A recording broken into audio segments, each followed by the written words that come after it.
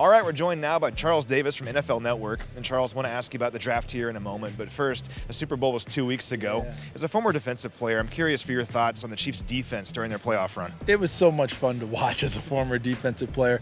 But what was more fun to watch is the transformation of the organization.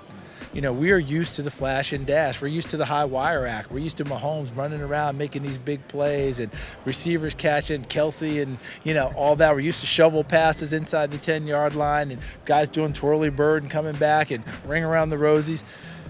Andy Reid, as a head coach, recognized what the best part of his team was this year and played to it. That takes a lot for a coach who's used to doing it a certain way. Offense leading the whole deal, but he turned that team over to the defense. He turned the team over to his quarterback.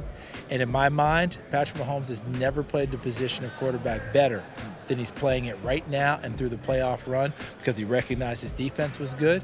He recognized he wasn't going to play hero ball.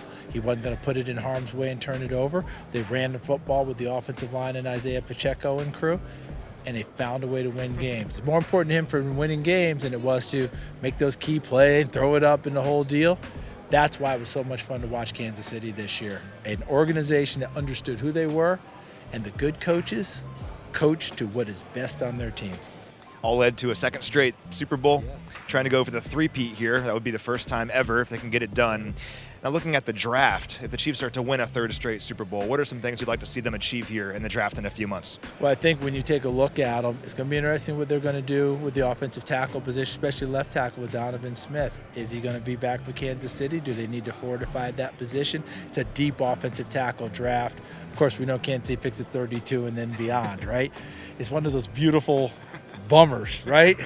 We're great. We got to pick at 32. So I like that part of it as well. Receivers, there are a ton of receivers in this draft. Can they get that receiver out in the perimeter that's going to help Rashee Rice continue to develop and give Travis Kelce more longevity? Take some pressure off, do all of that. So I'm really eager to see what they do that way on the offensive side of the football.